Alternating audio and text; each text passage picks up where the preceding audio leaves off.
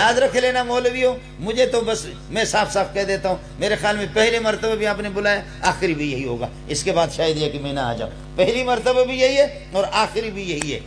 یاد رکھ لینا، دل جلا ہوا ہو وہ مولوی لوگوں کو بھی جلا دیتا ہے، دل جلا ہوا چورا چورا ہو وہ مولوی، وہ پہاڑوں میں دریاؤں میں اس کی تقریر راستہ بھی بنا لیتی ہے۔ خبردار خبردار مولوی صاحب، تیری اردو کام نہیں آئے گی، تیری لفاظی بھی کام نہیں آئے گی۔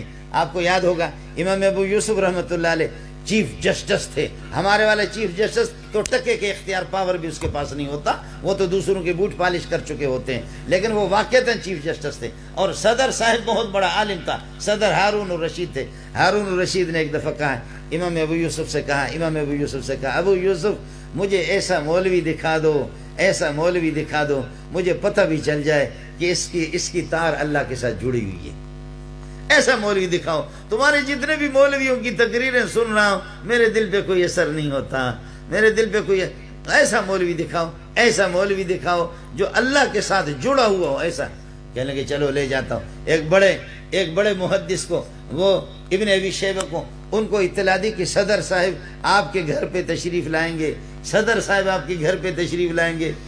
چلے گئے ہارون الرشید اور چیف جسٹس صاحب، پوری دنیا گئے، انہوں نے جناب خوب تیاری کی، کھانا پینا، اور یہ کہ راستے بھی انہوں نے پھول نچاور کر دی، اس پر بیٹھا۔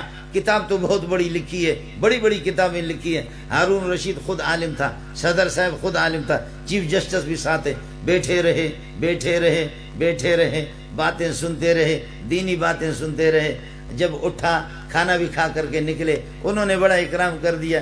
جب باہر نکلے، کہنے لگے ابو یوسف ناراض نہ ہونا، مولوی بڑا ہے، کتابیں بڑی لکھی ہے، لیکن یہ مولوی اندر سے صاف نہیں ہے، اگر صاف ہوتا تو ہارون رشید کے دل کو جلا کر کے رکھ دیتا۔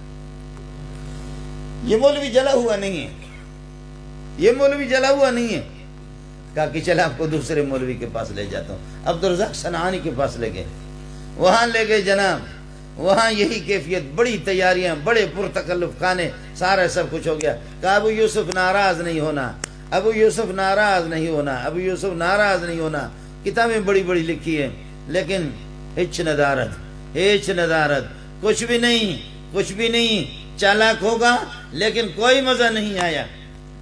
کسی نے بتایا داؤد طائی رحمت اللہ علیہ، حضرت امام داؤد طائی صوفی، داؤد طائی، ان کے پاس جاؤ، اس صدر صاحب کو وہاں پر لے جاؤ، پھر صدر کو پتہ چلے گا، وہاں پر صدر صاحب کو لے جاؤ۔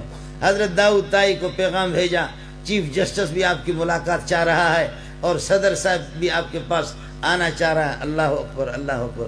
داؤد طائی کی طرف سے جواب آ گیا، میں احکم الحاکمین سے، بادشاہوں کا بادشاہ، شہنشاہوں کا شہنشاہ، اس سے فارغ نہیں ہوں، تو ایسے لوسی بادشاہوں کی میرے پاس کوئی ٹائم نہیں۔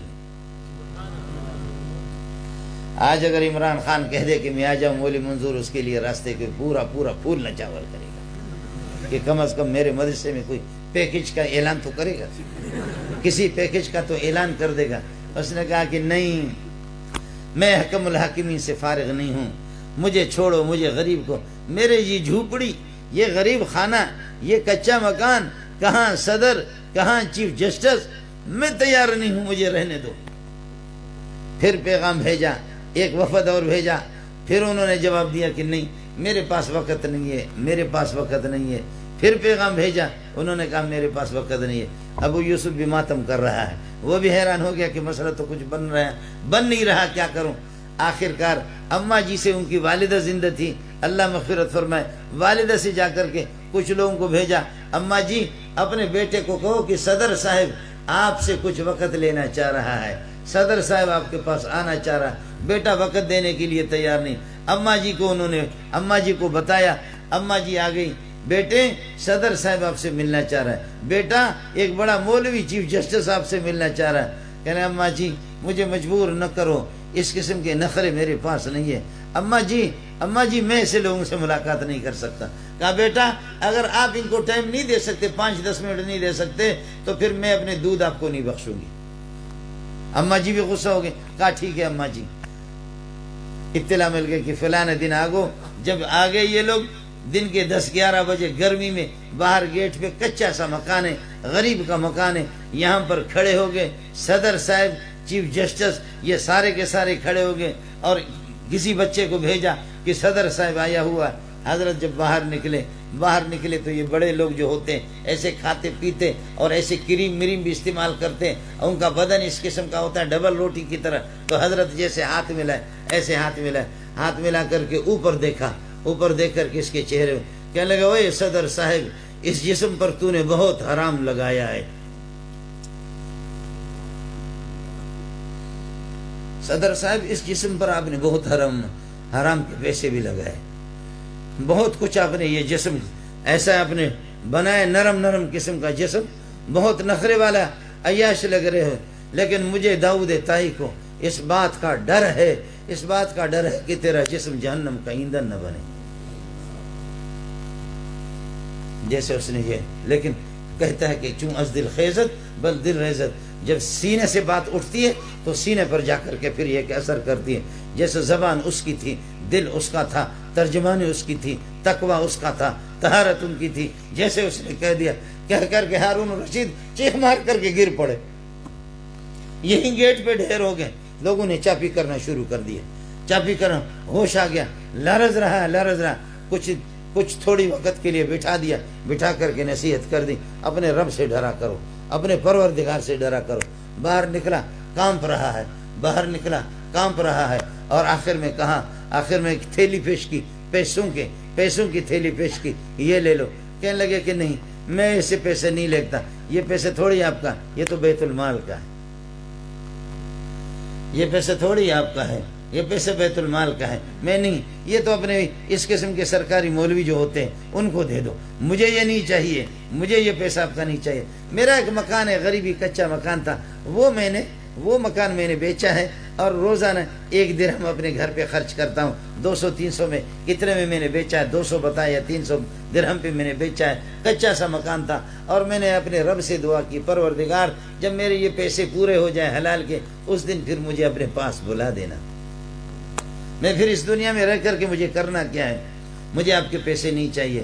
جب باہر نکلے، ہارون رشید کانپ رہا ہے، کانپ کر کے رو رہا ہے، کہتے ہیں ابو یوسف، یہ بندہ جو ہے نا، یہ ولی اللہ ہے،